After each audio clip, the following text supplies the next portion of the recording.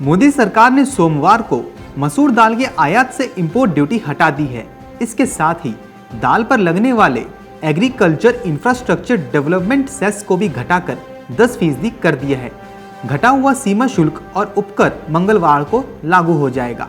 वित्त मंत्री निर्मला सीतारमण ने इस संबंध में अधिसूचना संसद के दोनों सदनों में पेश की है।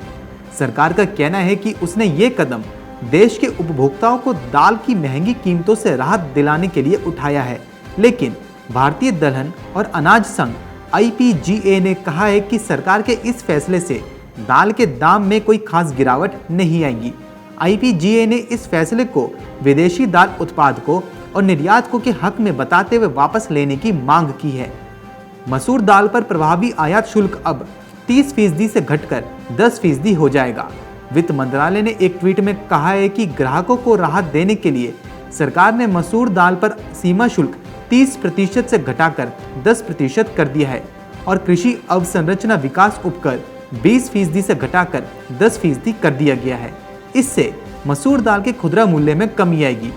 अधिसूचनाओं के मुताबिक अमेरिका के अलावा दूसरे देशों में पैदा हुए या निर्यात की जाने वाली मसूर दाल पर मूल सीमा शुल्क 10% से घटाकर 0 कर दिया गया है। साथ ही अमेरिका से आने वाली या निर्यात की जाने वाली मसूर की दाल पर मूल सीमा शुल्क 30% से घटाकर 20% कर दिया गया है। इसके अलावा मसूर पर कृषि अवसंरचना विकास उपकर यानी कि AIDC को वर्तमान दर 20% से घटाकर 10% कर दिया गया है। उपभोक्ता मामलों के मंत्रालय के आंकड़ों के मुताबिक मसूर दाल का खुदरा मूल्य इस साल 1 अप्रैल के 70 रुपये प्रति किलोग्राम से 21% बढ़कर अब 85 रुपये प्रति किलोग्राम हो गया है।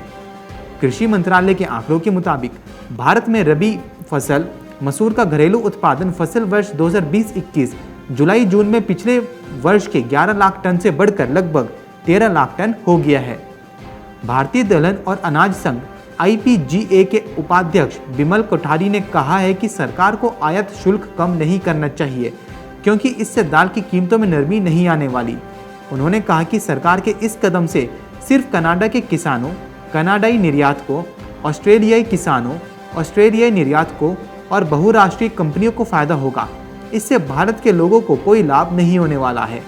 IPGA ने कहा है कि सरकार को इस फैसले को वापस लेना चाहिए। वहीं उनका यह भी कहना है कि सरकार के इस कदम से मसूर की दाल की कीमत में महज 1 से 2 रुपए की ही कमी हो सकती है, ना कि 13 से 14 रुपए की।